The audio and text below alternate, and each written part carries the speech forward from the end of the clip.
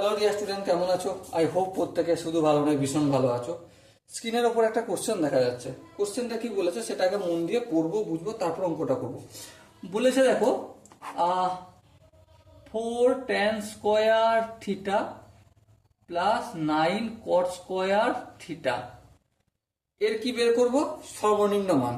চলো, 4 tan², এটাকে আমি কি লিখতে পারি? 2 tan θ, তা পুরোটা হোল স্কোয়ার লিখতে পারি। হ্যাঁ, আর এখানে প্লাস প্লাস লিখলাম 9 cot² মানে 3 cot θ, পুরোটা হোল স্কোয়ার লিখলাম।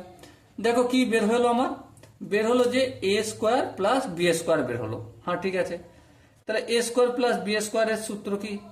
a² প্লাস b² এর দুটো সূত্র হতে পারে, যেহেতু এখানে সর্বনিম্ন, সব মাইনাসের সূত্র অ্যাপ্লাই করতে হবে। ঠিক আছে, তাহলে 2 tan θ মাইনাস মাইনাস কত?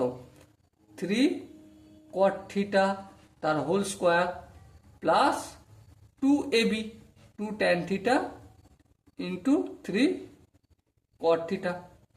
এবার এখানটা যেমন আছে তেমন থাক, 2 tan θ মাইনাস 3 cot θ তার হোল স্কোয়ার প্লাস, দেখো 2 দুগুণে 4, 4 3 12, আর এই tan θ cot θ 1 হয়, তাহলে ইন্টু 1 করলাম। সো আলটিমেট কি পেলাম? 2 tan θ মাইনাস 3 cot θ তার হোল স্কোয়ার প্লাস 12। এবার ধ্যান দিয়ে লক্ষ্য করো, এরপর আমি যেটা বলবো সেটা একটু মাথার মধ্যে একটু চাপ দিতে হবে, একটু প্রেসার দিতে হবে। সেটা কি? যেহেতু এখানে সর্বনিম্ন মান আলোচনা করছি, তাই না?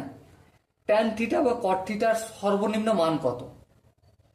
সর্বনিম্ন মান আমি যদি tan 0 ডিগ্রি ধরি তাহলে কত আসবে? 0 আসবে। ঠিক আছে, আর তার মানে কেসটা কি?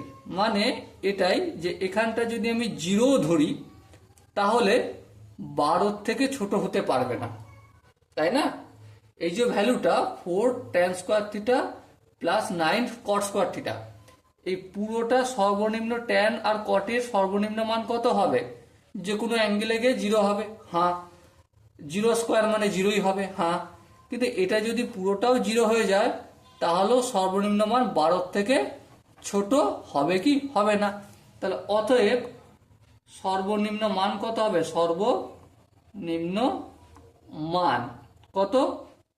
লেস দ্যান ইকুয়াল টু 12 হবে।